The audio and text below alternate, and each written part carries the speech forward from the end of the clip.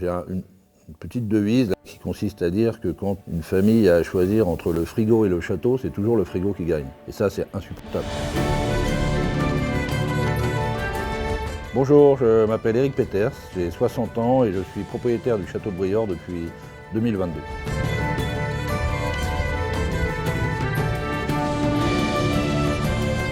Aussi loin que je m'en souvienne, j'ai toujours été passionné par l'histoire, par les personnages qui peuplent le haut des murs sur les rues de Paris, et j'ai toujours voulu comprendre de qui il s'agissait et quelle avait été leur contribution dans notre passé. Donc oui, j'ai une passion assez dévorante pour l'histoire depuis très longtemps, en particulier pour l'histoire du XVIIIe et du XIXe siècle.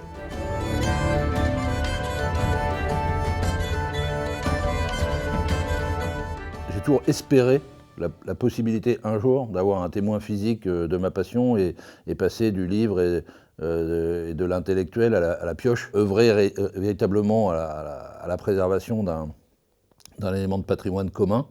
Et donc depuis une dizaine ou une douzaine d'années, je m'étais mis en quête d'un lieu qui me permette de la Basse-Normandie à la Vendée, de passer à la pratique. J'ai visité beaucoup d'endroits extraordinaires, très grands, très beaux, très tout ce que vous voulez, mais il manquait toujours ce petit quelque chose.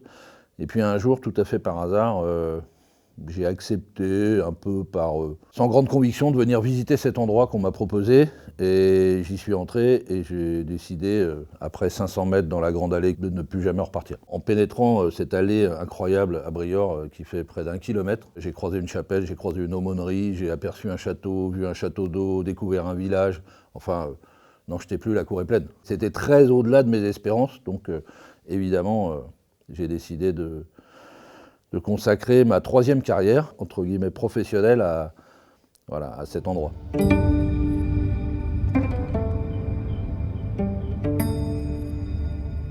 On a trouvé plus de 15 000 documents, c'est absolument phénoménal, de tout type. Des titres de propriété bien sûr, des documents notariés, des documents révolutionnaires, mais aussi des télégrammes de la vie courante à la fin du 19e siècle.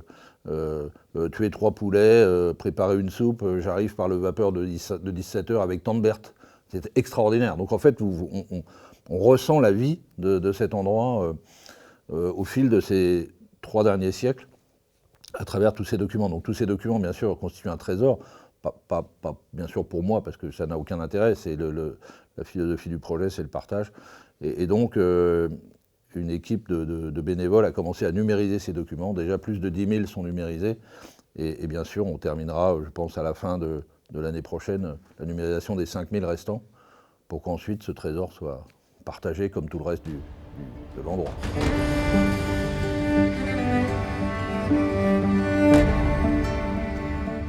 Je considère qu'un endroit de cette nature a vocation à partager avec le plus grand nombre.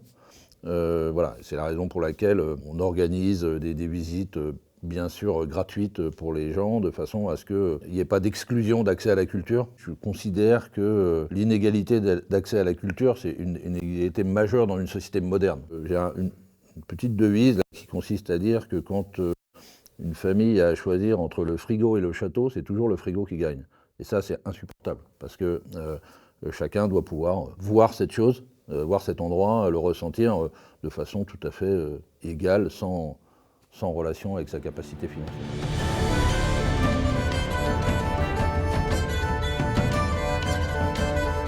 Ils sont incroyables. Enfin, c'est véritablement, c'est leur projet.